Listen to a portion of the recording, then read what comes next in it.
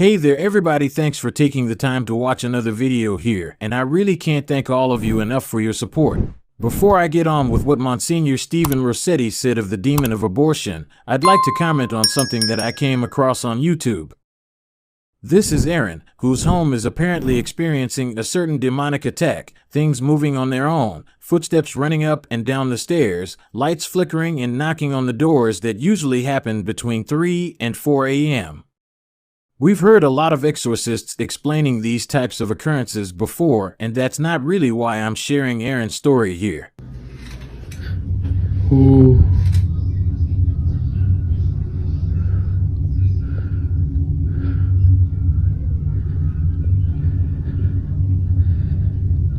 See? He's doing it again. I'm not gonna run.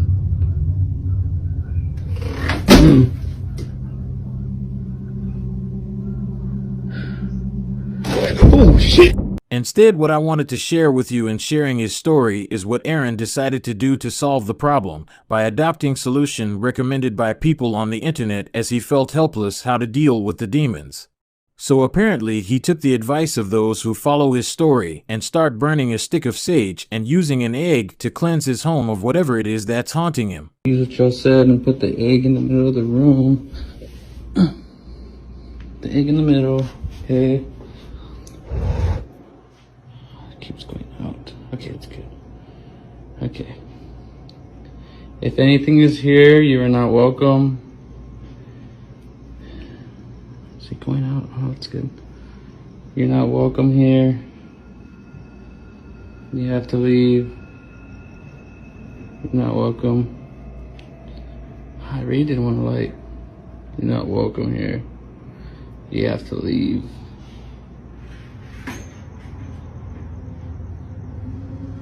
There we go.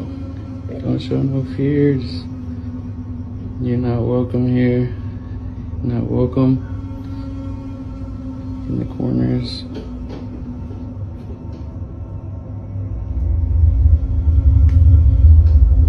The thing is moving.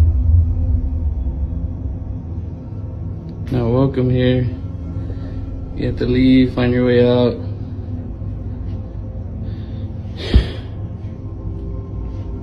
Okay, I think that's enough. I think I'm just getting the spirit mad. And not sure what to expect, Aaron did exactly that, but well, I think you can expect how it turned out. And some of the people who suggested this so-called solution explained that if there's a bad spirit there, a dark substance will come pouring out of the egg, and this can be interpreted as a bad sign.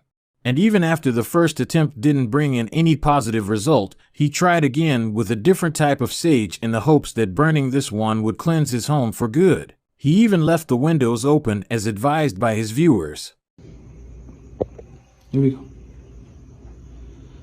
So if there's a demon in here, you are not welcome. You have to leave. You're not welcome. Still smoking. It's barely lit. You know, people don't think that you're real. People actually think that you don't exist, but I want to show them. So show yourself. Don't be scared. Just show yourself. Come out.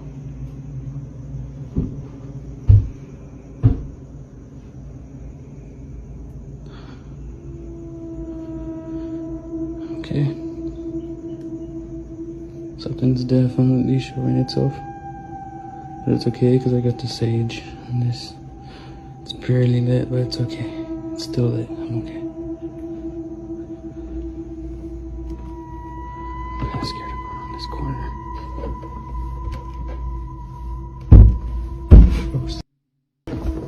See. Here we go.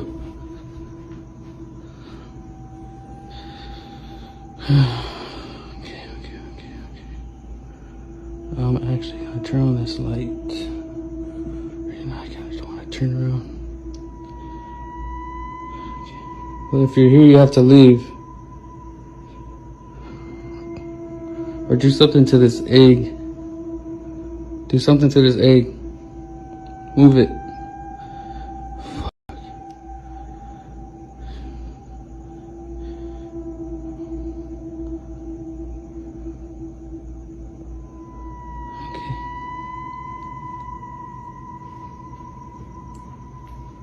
Maybe it left out the window or something.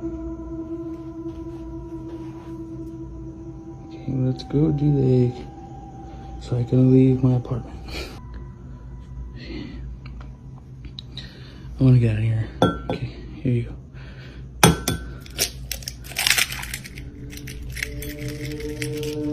And again, I don't know why. So everybody, you can probably guess what I'm going to say now, that if you're experiencing something like Aaron here, don't go for this foolish solution of burning sage and use eggs or whatever. If anyone can even reach out to Aaron, just let him know that what he should do instead is to reach out to a local church, and more importantly, if you're a Christian, get in touch with your local parish. That's what people like Father Vincent Lampert always tells us to do, and definitely not trying to get rid of these demons with the help of foolish solutions. Well, my sincerest apology that Aaron's story took too long, but I just feel that it is something important to share with all of you in case you or anyone you know are experiencing something similar. You should know better than to not do what Aaron did. Now, before we get on with what Monsignor Stephen Rossetti said of the demon of abortion, I think what Father Carlos Martin said in the following clip will be helpful in understanding why exorcists often ask the demons their names during exorcisms. So why is it important to find out the name of a demon in an exorcism?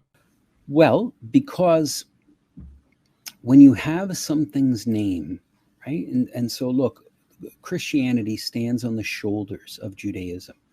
In Judaism, the name and the individual are one and the same. They are mysteriously bound up. A name is fundamentally important.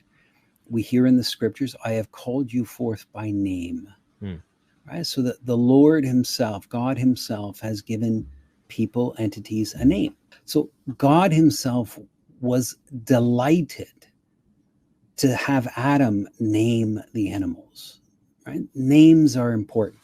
So a name to a demon, his name, will separate him from the unknown and from the other demons, so that your prayers can be focused and they hit with a precision against this entity. Right? So your prayers have a much more acute impact upon this entity when they are pronounced against the name, when the name of the demonic entity is used. Demons live in wounds, and the wound itself is a soupy reality. It's made up of many parts.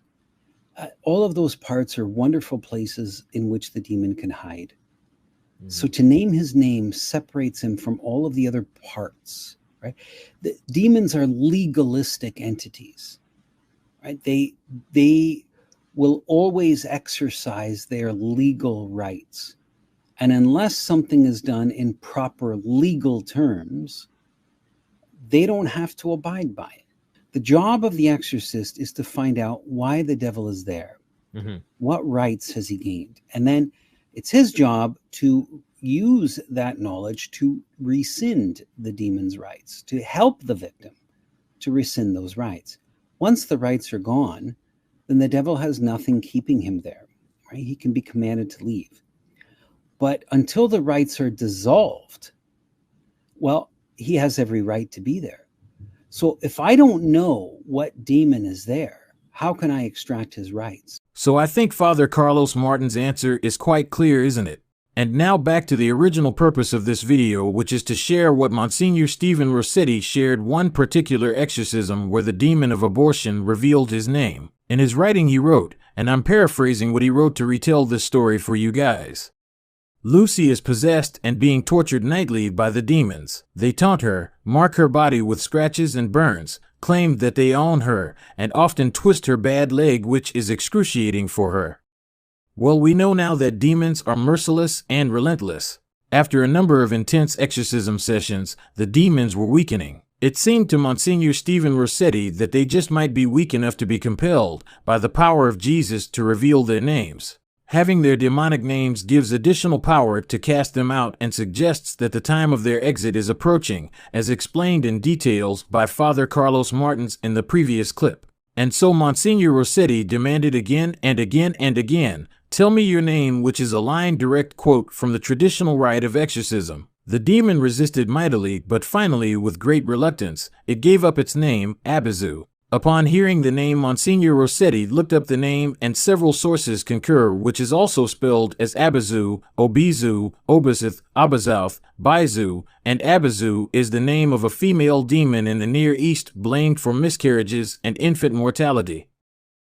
Unfortunately, Lucy had had an abortion, but she sincerely repented, went to confession, and remained very contrite. While any and all sins are forgiven in the sacrament, this does not mean that associated demons are immediately cast out. Often, a time of purgation is necessary, and given the gravity of the sin and the resulting tragic child's death, it was going to be a fight to cast out this demon.